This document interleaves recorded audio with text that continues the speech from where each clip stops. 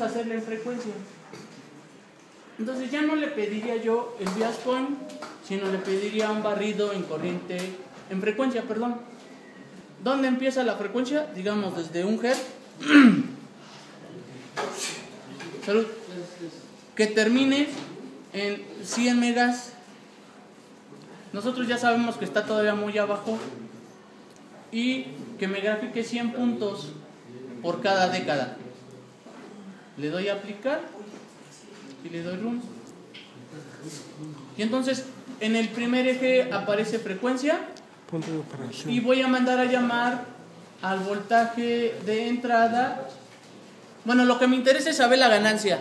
Entonces, ¿qué pido? Voltaje. Salida entre entrada. Entrada. Entonces quito corrientes, quito potencias y busco el voltaje salida entre el voltaje de entrada. Ya está el ancho de banda. Ahora, como se movió el punto de operación, no tengo mi ganancia de 10. ¿Cómo quedamos en que se iba a controlar la ganancia? Entonces, digamos, le voy a poner 300 ohms. Bueno, en total la suma tiene que darme ¿cuánto?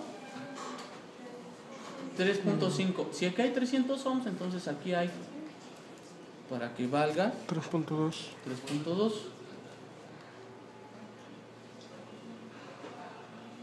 Y le doy Windows, Display Control. Casi. Entonces, ojo, movimos esta resistencia y se movió el punto de operación. Entonces, por eso tengo que mover la resistencia. Le voy a dar 250. Y pues aquí le pongo 50. Lo que le quito a una se lo pongo a R2. Pero entonces, ¿cómo tuvo los 2.2 megas? Lo que pasa es que no tiene el HF de 80 este transistor. Ah, ya. Y entonces lo que hice fue mover el punto de operación para que se ajuste a lo que habíamos dicho. Pero al hacer eso se mueve el punto de operación y por eso tengo que recalcular las resistencias. Entonces lo único que estoy haciendo ahorita es que ustedes vean cómo muevo la relación de R1 y R2 y qué le pasa a la ganancia. Va aumentando. Bueno, vamos a ver cuánto tengo. 11. Es un barril en acero. En AC lo puedo volver a hacer. Les digo a Spice que me dé la simulación. Voy a seleccionar el barrido en AC. Le voy a decir, córrelo desde 1 Hz hasta 100 megas y con 100 puntos. 100 puntos por década. Me va a graficar 100 puntos por década. Le digo aplicar y aceptar. Bueno, le voy a decir que me dé la simulación anterior. Y voy a regresar le voy a dar 270. Y entonces acá me quedaría ¿cuánto? 223. ¿Y no hay una forma de ver ahí el HF? Sí.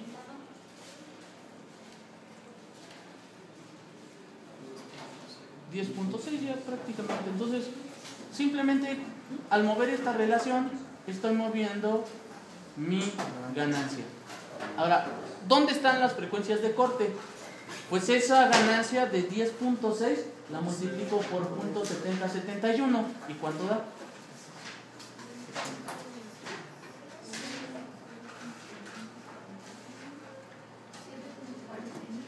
7. Entonces me voy, me empiezo a mover con el cursor hasta encontrar 7. ¿Qué? Por ahí. Y tengo una frecuencia de corte de 36 Hz. Que habíamos dicho, ¿cuánto? 20. Pero moví la resistencia de base, entonces eso hace que se mueva la frecuencia. En este caso la frecuencia de corte. Me traslado otra vez hacia arriba al 7.49. Ya me pasé. Y tengo 21.65 casi de 20. Ahí está el ancho de banda de nuestro amplificador. Bueno, puedo darle ya la parte logarítmica. Le doy en el eje X, le digo X grid, le digo que Me quita el automático. en automático le digo que me lo dé 10 y ya me aparecen los 10 valores de la década, ¿no? Ahora, de este ancho de banda, pues estoy manejando hasta cerca de 1 mega y ya hacia arriba ya no hay nada. Entonces puedo decirle que en vez de que lo corra hasta 100 megas, que lo corra hasta 1 mega. Pues generalmente necesitamos una década abajo, una década arriba. Este es el ancho de banda. Bien, lo puedo ver en su formato de decibeles. ¿Cómo le hago para verlo en decibeles? Le voy a poner aquí en la ecuación dB. Nada más. Cierro entre paréntesis y dB. Ahí está la gráfica del ancho de banda. ¿Por qué como que no están simétricos? Vean que esta pendiente ya es una recta. Esta pendiente de acá también es una recta. Es lo que permite al trabajarlo con dB. Se forman rectas. Bien, vuelvo a medir mi ganancia y dice 20.51 dB. ¿Cómo encuentro la frecuencia de corte? Menos 3. Y entonces me voy a ¿cuánto? 17 ¿qué? 17.5, ¿no? 36 Hz. Y hacia arriba otra vez. Perdón, ya me perdí.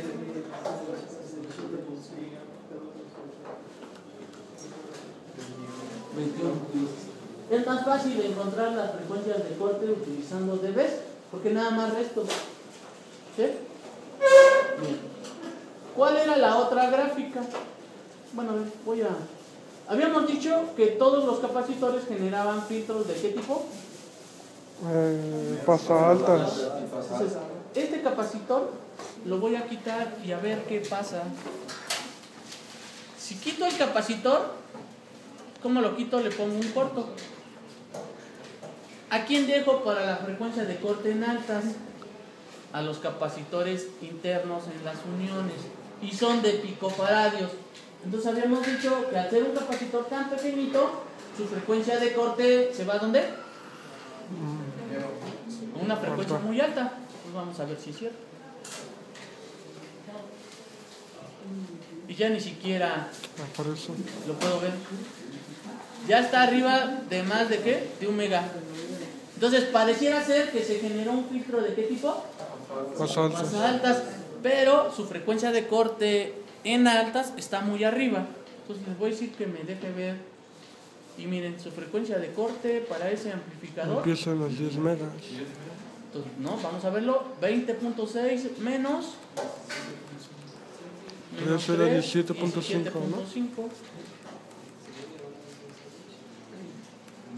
Entonces tiene una frecuencia de corte de 22 megas. Y pues el generador no tiene chance de esa frecuencia, entonces no tiene caso. ¿Qué hago? Pues le conecto su capacitor polo dominante. Y ojo, esto es para que nosotros lo podamos medir en el laboratorio. ¿Vale? Bien, ¿qué pasa si muevo este capacitor? Lo voy a subir 10 veces arriba. Le voy a poner un cerito, 10 veces arriba. Este es el dominante. Se va a hacer la frecuencia de corte más pequeña, ¿no? ¿Dónde está su frecuencia de corte?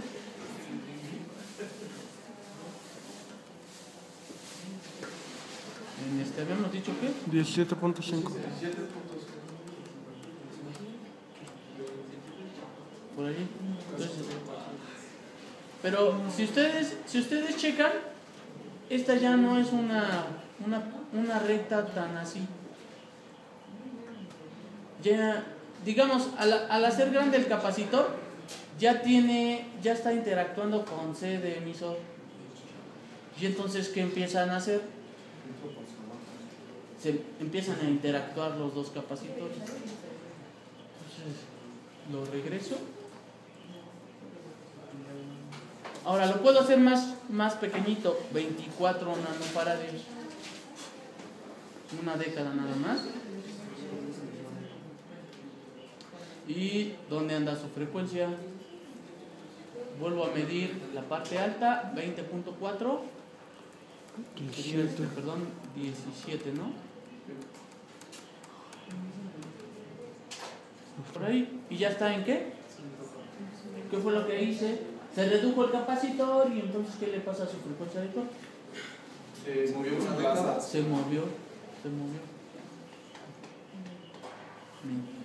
Lo voy a regresar a su valor. Entonces los capacitores mueven las frecuencias de corte y la relación R1, R2 manejan la ganancia. Bien, vamos a medir la fase. Entonces, ¿qué voy a hacer para medir la fase? Voy a habilitar un eje plot, y en este eje 2 le voy a agregar la ecuación voltaje de salida entre voltaje de entrada. Aquí aparece en el 2. Pero lo que me interesa ya no es la ganancia en dB, sino me interesa la fase.